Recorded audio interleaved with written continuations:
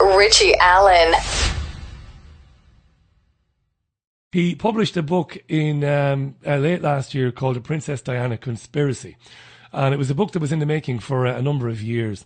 And he was in the national press here in Britain because around about the time he was writing the book, around about the time he was publishing it, he was being harassed by the security services in this country. Of course he was. We can't have books like this coming out.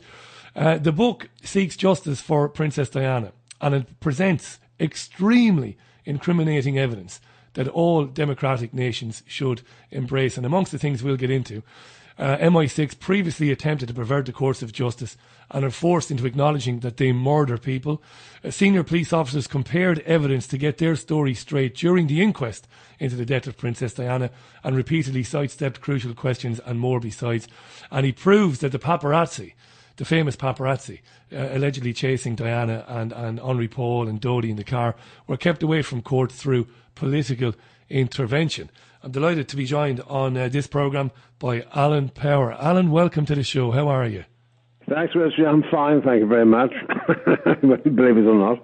No, I believe it. The books like this don't go away. You know, most people, they publish a book and it has its day in the sun, and you do the rounds of the TV and radio shows and all of that, and then you go away and you do something else. But of course, books like this don't go away. And I gave you a call because during the conversation with David Icke last night about institutional paedophilia historically in this country, Diana's name came up more than once. And before we get into the book, one of the things that came up, and a lot of people believe inherently, people, not just people who listen to this programme, but people at large believe that Diana knew that she was in danger and had real fears that she was about to be bumped off. Do you want to just address that first, Alan? Because many of the tweets we've had already and the emails I've had have said, first thing, ask your guest, did she know that she was going to get it? Yes, she did. She said and wrote a note saying that this time is the most dangerous for me. She knew that, she actually mentioned that her husband was planning to have her murdered in a car accident. She specifically mentioned a car accident. So she knew that the swords were out for her. That was going for quite some time. So she knew that all was not well. David said to me last night, and then I leave David alone for a minute, and what David said, and we'll get into you in the book, but he said, something a lot of people might not know, and that is one of our security detail, a guy called Barry Manicky, met with an unfortunate ending. He was decapitated apparently in a crash, and again, there's a wide belief out there that this guy was bumped off, and that Charles told Diana in a very cynical way. This is coming from a confidant of Diana's. Any thoughts on that, Barry Manicky? That's correct. He was riding a motorbike, and it was a very strange situation, as all these things are. And yes, Charles mentioned to Diana in a very unpleasant way that basically he was no longer with us. And she burst into tears and left the area. Yes, he just enjoyed doing that. Yeah, apparently David was saying, again, it seems to be verified by other sources, that they were about to get out of a car at a function where the press were waiting. And he chose that moment when she was just about to get out of the door to say, oh, by the way, love, Barry right. Manicky is dead. So she lost her composure in front of the TV cameras. That was the main reason for that. I mean, she was obviously far more popular than Charles. Well, is, or was, is perhaps still. Everyone would much have preferred to have had Diana survive and being closer to the monarchy now and have her with her son, William, ruling the monarchy, running the country, being in the monarchy, running the monarchy, and to bypass all the others there, quite frankly. When she went, it was a typically arrogant sort of play on the part of the monarchy, that they thought that everything would soon quieten down, they'd all soon forget all about her, and they'd all want the monarchy back. Well, this never happened since. Her appeal was extraordinary. On the morning she died, correct me if I'm wrong, I think it was the 30th or the 31st of August, 1998. Which was it? It was the 31st, 97. 97, excuse me, not 98, 97, that's right. I was going to a rock concert in Dublin. You two were playing in Dublin at a concert. So I remember my mother woke me up very early to tell me what had happened. It was on the news. And pretty much all the way up to the concert on the coach and all the way back, there was no talk of the band or the music or anything like that. It was all about this woman. So her appeal was absolutely incredible. For you, where does your story begin with her death, Alan, in terms of when did you pick up on all is not well here, and when did you take an interest in it? Yes, well, I remember where I was, of course, as most of us do, when the news came in. It was 5:30 in the morning. It was my wife came into the room and said there's been an accident in Paris, and she woke me up. I was in a different room at the time. I had a cold, so I was trying to keep it away from her. And she woke me up and told me, and then from then on I knew that, instinctively, not with any particular evidence, of course, but I knew that this wasn't right. And I didn't actually do it straight away, to be perfectly honest with you. I started looking around and searching for information and stuff pretty well straight away. But as far as writing a book was concerned, that took a little while to start fermenting in my mind. It was just, there was so much involved, so much detail. And when I came to thinking about writing it, this was in 2003, November 2003, so it was 11 years this month, I had to make sure that I was going to be able to handle this. I thought it was going to be a massive task. Why the hell should I do it when nobody else had? And I just thought, no, well, give it a go. And I had this experience with something on the TV, which was most peculiar. I think you want to hear this. I'm not sure you do. Go on, yeah. I was watching a TV program called The Bible Code on TV, because Sally had gone down to my mother's in Solihull, and I was still in North Wales. And I watched this TV program, keep it brief, and the camera went through all these incidents that were taking place in the past. And it shows you JF Kennedy, it shows you Diana, Princess of Wales. And the camera came down and stopped on my name. It was just below Diana's. And I thought, God, I didn't see that. And I was thinking about writing the book the following morning. What got me was the timing of it. And then I was thinking, no, that can't be right. And the camera came down again and settled on my name for the second time. And it was that really made me feel, the boss is saying to me, don't be a wimp, and get on with it. So I think that was that point I thought, yes, I've got to do this. And then I just committed there and then at that point to say, yes, I'm going to do it. Now, for our listeners around the world whom maybe, and you can't assume knowledge. While this has been spoken about very, very many times on programs like this, you can't assume knowledge. I'm always amazed when we do programs like this, just how big a reaction we get with people like you, Alan. That's not to insult you now for a minute, but I just think, but this has been out there for so long because of guys like you, because of Keith Allen and others. You might not all agree, but it doesn't matter. Essentially, we all think that the woman was murdered. So how it happened, of course, is important, but we all believe that. But I'm always amazed that I will speak with you now, and we will put this on YouTube tomorrow, and we'll get hundreds of comments. We go, isn't that incredible? So let's talk about the obvious things, I suppose, that don't add up. What are the obvious discrepancies in the official story for those who haven't heard it before? Now, if you're bored by that, I'm sorry, but we got to get into that. I mean, you detail them in the book, but we have to assume that people are hearing this for the first time. Yes, I know. It's so much there, really, Richard. There's so very much. I mean, I spent all that time researching the evidence, not giving you my opinions, not dreaming things up, but giving the facts, cross-referencing them, abstracting information, cross-checking everything. And I just gave you the facts there. So you, the book's reader, will be the jury, and that's the whole point of it. Anyone can give their opinions. Of course, yeah. It's irrelevant, But as far as the book's concerned, it gives you the facts down there. And I think the main thing is the main sort of stab point of events was that Diana, we knew, was, for a start, before we even began on the actual course of events themselves, we knew that she had been threatened. We knew that she'd been threatened by a guy in... Shall I mention names? I suppose I can. Do, absolutely mention names, yeah. Nicholas Soames is accused of having threatened her with an accident if she didn't behave herself. There's witness evidence to support that at the inquest, because they try and squash all these points down when evidence is produced, and they try and change the story around. But if you read it through, then you see, let's go on from that point. But then we go on from there where she was obviously getting very, very heavily involved with Dirty Fayed. Then they're all going on about, oh no, she wanted to marry Hasnat Khan. Well, not so long ago, there was an interview with Hasnat Khan in Battersea Park, where he met up with somebody else, and they're talking about this once more. He had met Diana in Battersea Park before, and that's the last time he saw her.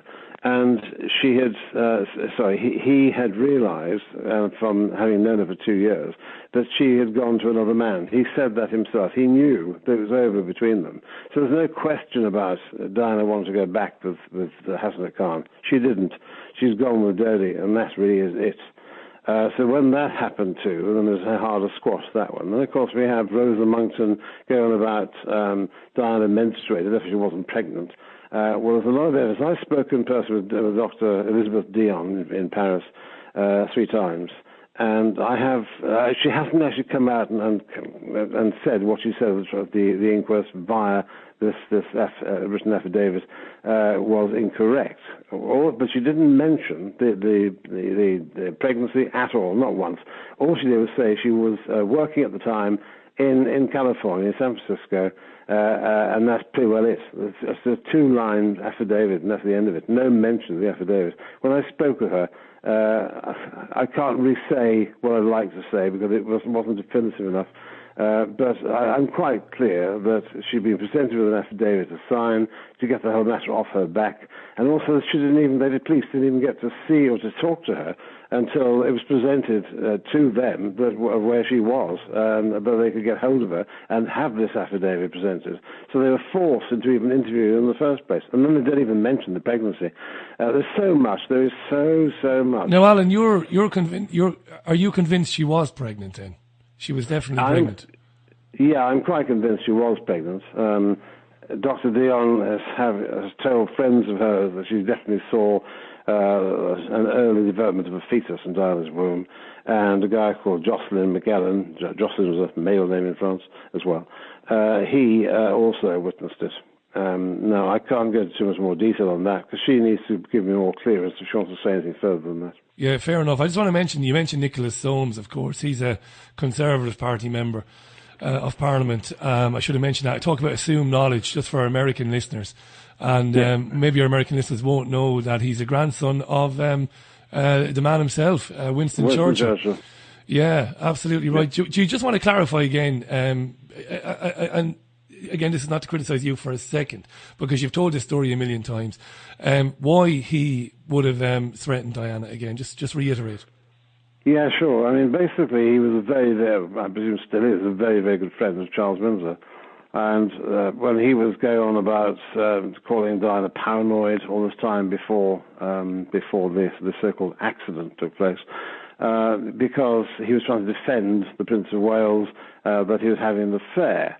And the fact of having an affair from the before even getting married to Diana, and I have some indication that he was even with Camilla on the very night before the wedding. But basically, there was no question about it. He was having his affair. Diana was purely procured for the purposes of giving birth to sons or heirs to the throne, and that was her entire purpose. There's nothing more than that.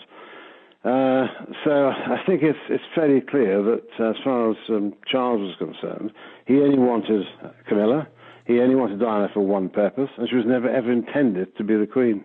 Got a load of tweets coming in and emails. I better get to them, I suppose, in fairness to people. Gordy is on Twitter and he says, mentioned that the BBC World Service, apparently this is real conspiracy theory, this one now. So we might, I don't know what you'll say to this. Apparently they reported eyewitness accounts of a blonde woman walking away from the crash. And then there was never any mention of that report again. Did you come across that in your investigations, Alan? No, I haven't. Fair enough. Not a large woman walking away, no. There are lots of people milling around in the tunnel. I have evidence of people actually lurking in the tunnel when the crash took place. There are lots of that sort of stuff going on, but it's very obscure, it's very shady. What I've done in the book, there are lots of things I could be tempted to write about, and some people have done, and then thrown their opinions in the pot.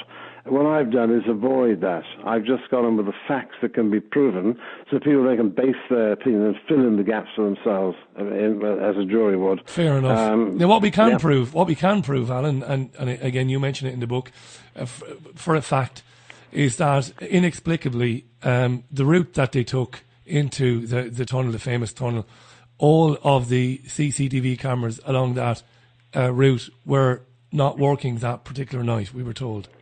Yeah, well, they were working that night. What we've got here is another one that I stayed clear of because the evidence has been removed, and I'd be guessing, and I've given my opinion again, so I stayed clear from it.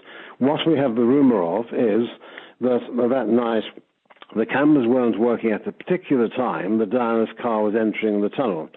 But we also have evidence that, sorry, I beg your pardon, not evidence, hearsay, that a ticket was given for speeding to another French guy about 30 minutes before the crash took place.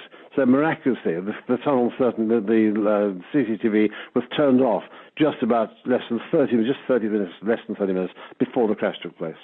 Right, okay, fair enough.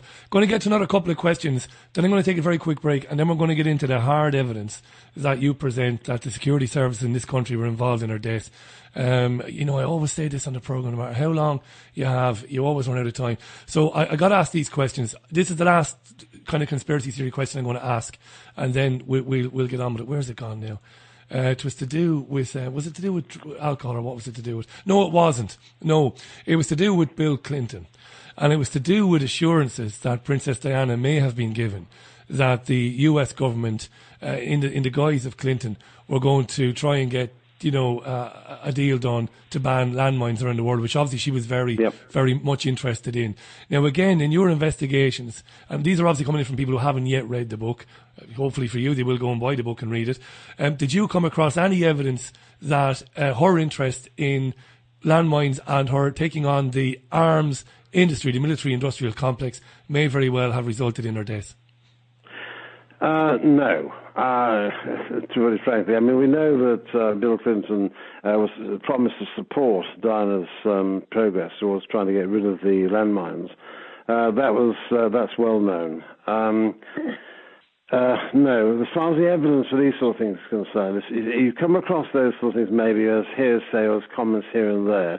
And they're dangerous to use. Sometimes various things are very dangerous, and that's one that I don't have firm evidence on either way. We know the comments were made. We know Bill Clinton said he was going to support Diana, but that was about it, really. There are lots of such points as that that I could throw into the pot, but I've always resisted doing that when I can't take it to a logical conclusion. And I totally respect that. Absolutely. And I wouldn't put words in your mouth. What I will say, my personal opinion is, and fair play to you, you did acknowledge that Clinton did give a promise to the late Princess Diana. He did promise her that he would take on landmines. Now, what I would say, and again, it's not putting words in your mouth, you don't have to answer this, I would say that would put him in a very, very, very difficult position. And it would put his cabinet in difficult positions, and it would put extraordinary pressure on him coming from the likes of Raytheon, the likes of Lockheed Martin and others, and not just in America but around the world. That was a very serious promise, that. Very serious. Yes, it was. It may have been said, I'm not sure exactly where the point was made. I mean, it might have been at a party, but a few drinks, maybe he just gave a passing comment, yes, of course I'll give you a hand, my dear, rather than a planned discussion, and yes, this will do that. It's far more likely it was just a passing comment from Bill Clinton to Diana, quite frankly. But she was a powerful woman. You don't make promises like that to powerful people like that, regardless of whether it's over a drink or not. What we're going to do is we're going to take a very quick break. Delighted that Alan is going to stay with me for the next 15 or so minutes, 20 minutes. When we come back, we're going to get into hard evidence in his book that the security services in this country were complicit and involved in the death of Princess Diana. Thanks for staying with us, Alan. Don't go anywhere. Don't go anywhere. Great to have him on. And of course, we'll give you links to where you can get the book and read the book and buy the book, of course, later on. Very quick break then, back with more. Keep those tweets and emails coming in, please.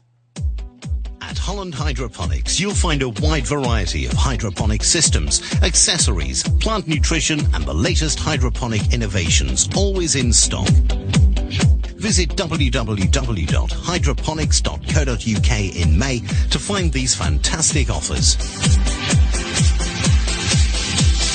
Holland's Hydroponics, open in Manchester, Burnley, Huddersfield, and our new store in Flint, North Wales.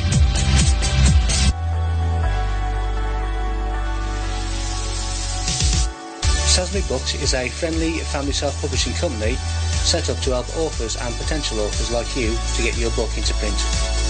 At Sasmig, we offer self-publishing packages that get your manuscript published. We also offer other services that include book cover and layout design, website design, marketing materials, video production and other services. Here at Sasmi Books we give every project the personal touch whilst offering competitive prices and delivering a quality service and product you can be proud of. So why not join us at www.sasmibooks.com to see what we can do for you. For critical information ignored by the mainstream media, log on to davidicke.com/headlines now.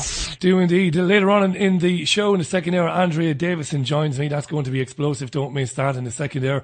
Right now, though, the author Alan Power is still with me. Delighted to have him on. The Princess Diana Conspiracy. Fascinating book. I've read it. It's terrific. I have a signed copy of it as well.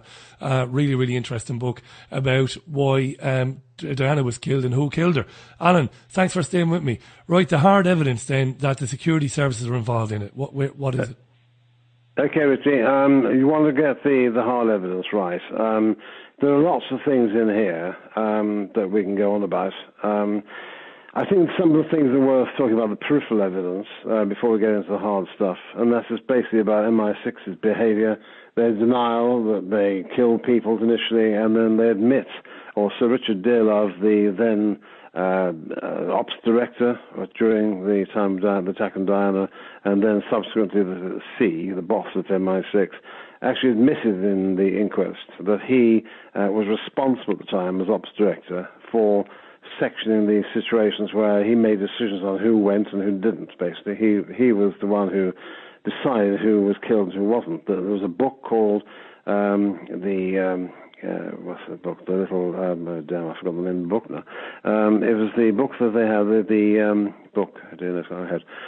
That book was one which they used for putting all the intended targets in.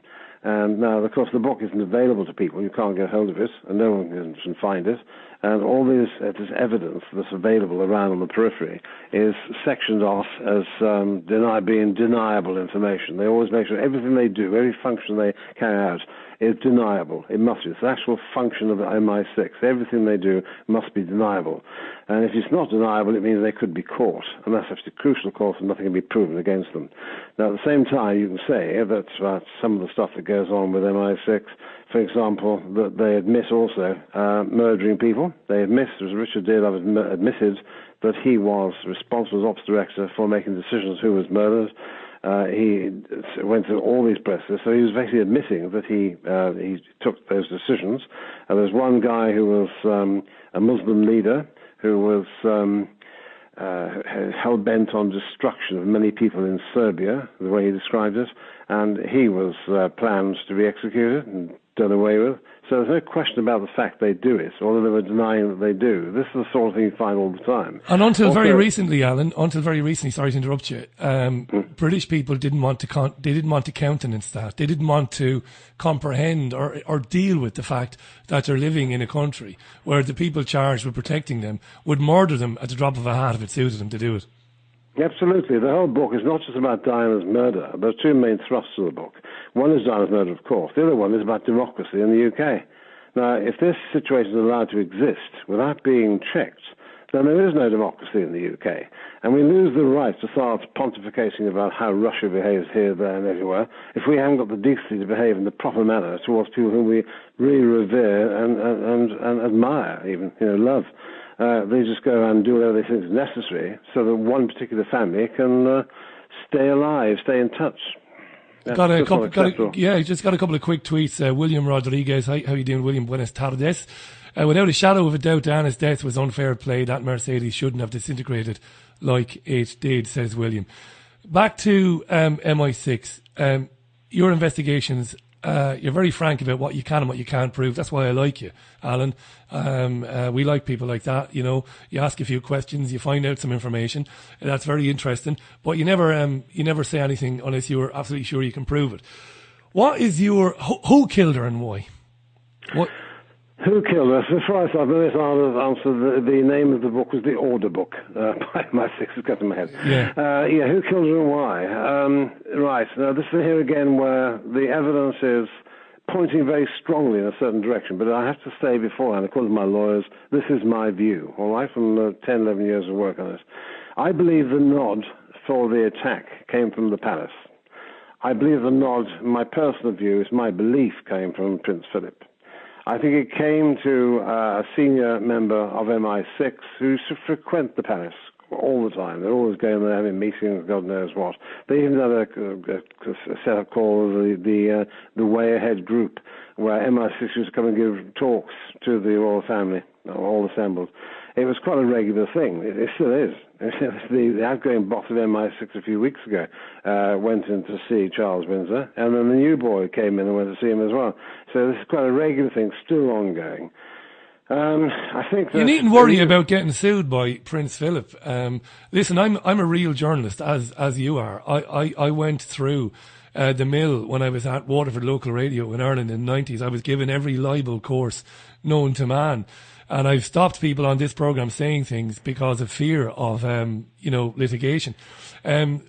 Whether Prince Philip did or didn't give the nod, it doesn't matter. Well, of course, that does matter. It doesn't matter in terms of litigation. We're never going to be sued by him. We don't need to worry about that. But I strongly suspect, through, again, reading, not just reading what David Icke has written or not just reading what you've written or others, and I'm not trying to equate you with David and David's work. You do different work on different subjects. But this is a seriously evil man, this man. There's no two ways about it. You know, any protracted investigation of this guy's past and the people he's rubbed shoulders with over his lifetime, this is a sick puppy. And I'm saying that, not you. I mean, he is. Yeah, I mean, he was he was in the German SS before the war, actually. Of course he was. And then, of course, we fed him in uniform, SS uniform. But then, obviously, things changed. He wanted to get, he was pretty well skint, and he needed to get the biggest prize in Europe, who was at the time the young Queen Elizabeth. She was to be Queen of England, so she was the major prize. He was a good-looking guy. And I don't know what went on strangely, of course, but that sort of went one to the other, and that was it. They teamed up, and he was actually even being watched when he was in the Royal Navy during the war. He's being followed by members of the security services, even then, British security services, to make sure that everything was okay. So they weren't too au fait themselves of what his intentions were. No, and I got to say, I don't have to say this, but my opinions are mine alone. They don't represent the contributors to this program or the carriers of this program. I've done so much research on my own into him, who he is now, who he was, like I said, who he palled around with, the things he was involved in. This is nobody that you'd want to have around to dinner at all, this man, But again, here we are, the vast majority of people in the UK, if they were listening to this, I mean, we've got a very healthy audience, but of course most people in the UK are not. They're watching reruns of The X Factor or Coronation Street now. If they had a clue of who this guy was, even if they got a glimpse of it for a second, it would make the colour drain from their face, I'm absolutely sure, You believe he tipped him off? I don't doubt for a minute that you're onto something there. And how would it work then, Alan? Because some people might say, listening to this, there are easier ways of killing people than staging an accident. Because, as my friend in Spain mentioned on Twitter there, by the way, I used to drive a Mercedes S500. I never crashed one, thankfully, but I know just how robust a car that is. You're taking a chance trying to kill somebody by crashing a car like that. Why do you think it went like that? Well, I think that's, if you think about it carefully, they knew. Diana knew before it happened, it was going to happen. Other people knew things were happening. She'd been threatened by people close by, and other people knew about that. There was no doubt that something was going to happen. We were almost waiting for it, which is a bloody appalling situation, really. But something was going to happen. Now, they had to make it look like an accident. They couldn't just go and have a fly back home and have the plane blow up midair or something. They could have, I suppose, had people, SBS going over the side of the yacht, the Johnny Cow when she was down there on holiday, and try and do away. But it was all too planned, too methodical, too easy. It was also clearly defined by some power to specifically murder her. Here's the question, Alan. It had to be an accident. It had to look like an accident. I can understand that. Here's the question for you. There's loads coming in on Twitter. Number one, how come Alan or David Icke or anybody else or Keith Allen, why weren't you guys murdered yourselves before saying some of this stuff? That's a good question. We'll get to that in a second. I don't want to see anything happen to you, Alan. Sincerely, I don't think it will either. But there's another point being made, and actually this is an email. This is coming in from somebody has sent me an email, and they're calling themselves Richard Dearlove. It's obviously a scally. It's obviously not Richard Dearlove. So whoever you are, whoever you are, thanks for the email. This is a very good question, a very good comment actually. Richard Dearlove says, it's very possible that somebody leaned into that car and held her nose and mouth with their thumb and forefinger and just basically suffocated her. Yes, that could have happened as well, I suppose. Well, it's known that there was a prick on the side of her, a pinprick, a needle prick on the side of her thigh that someone spotted, and that was arguably possibly, it could have been anything going into her. They could have injected her with something, they could have anything they wanted. They knew when she went to the hospital there would be no examination of blood, etc., because of the fetus. There'd been no checking what she had died from because of potentially, whatever noxious substance they might have used. But we don't know what happened there. We know that there were people in the tunnel when the car crashed. There were lots of mysterious people swanning around afterwards. There's a huge problem with the ambulance, but again, there's no evidence on that. So I have to stay away from the ambulance because I'd just be guessing all my way through. And people don't want to hear me giving opinions and guessing, even after 11 years of research, because I wouldn't do it. They want to hear the facts, and they can draw their own conclusions themselves. But yes, definitely, there were lots of things that could have happened in there. I think it would have been planned carefully before the hit took place, because they had known that there was, as everyone says quite rightly, but she might not have got killed, but this, that, and the other might not have happened, and of course didn't. But they would have made sure that because whatever happened, they would be able to counter for that eventuality. They'd have planned for it. So as soon as anything went wrong, they go in there with needles or whatever, and they deal with it. And the ambulance, she was in the ambulance. She wasn't gone when she was in the ambulance, but by the time she got to the hospital, they had plenty of time to do what they wanted to do. Yeah, and again, I'm not blowing smoke up your backside. It's one of the things I liked about reading the book when I read it. Here's a man who says, look, can't prove this, can't prove that, this is what we can prove. And if people make their own minds up, it's brilliant. We've got a couple of minutes left, Alan. Of course, I'm going to tell people where they can get the book. Do you think... I sometimes despair. I depress some of my friends, like Jim Mars, who's been on the case of JFK for 50 odd years. And I depress poor Jim. I always say to Jim, Jim, you're going to be in the cold ground, mate, before, we ever are told it. We know what happened to JFK. We kind of know who murdered him and why. There's a number of people wanted him dead. But, people getting brought to justice and it coming out. Because, of course, when it comes out properly, it means it won't ever happen again. And this is one of the things you were desperate to get through in the book when I read it, was the reason it has to come out who did it, why they did it, how they did it, sooner rather than later, is because that's the only way that they won't do it to somebody else again in the future. Yes, that's right. I mean, basically, people need to know, and I think it's going to now be a much bigger problem than it would have been at the time. People realise they've been conned, the course of justice has been perverted. Basically, you could argue high treason has been committed against the people of our country because of the way they've treated judges, by police, by all sorts of people, politicians too. And that's just not acceptable. That's horrendous. To preserve one family, it really isn't. There's one other thing I think you also ought to know, that in trying to get this book out there, it wasn't available. The security services were stopping it. Then they put these errors into the book. They had a few errors in the book. I then had to change all that by going back to my notes. Then as soon as I changed it and put it back on the web, marked updated, you couldn't then buy the book from Amazon.com or .co.uk. They blocked it there as well. One comment was, it's made of hazardous materials. They blocked it for another month, just when I was on the TV 4 times in the United States. All this stuff is going on. And I've only just now had to involve Jeff Bezos, the chief executive officer of Amazon. He's very kindly got involved, and he now knows things are happening, and he's sorting it out for me. So without that, it would have been, I still wouldn't be able to sell it for Christmas. It's amazing. I know the hassle you've had with it. It's been absolutely... I want to tell people, first of all, it's published by Probity Press.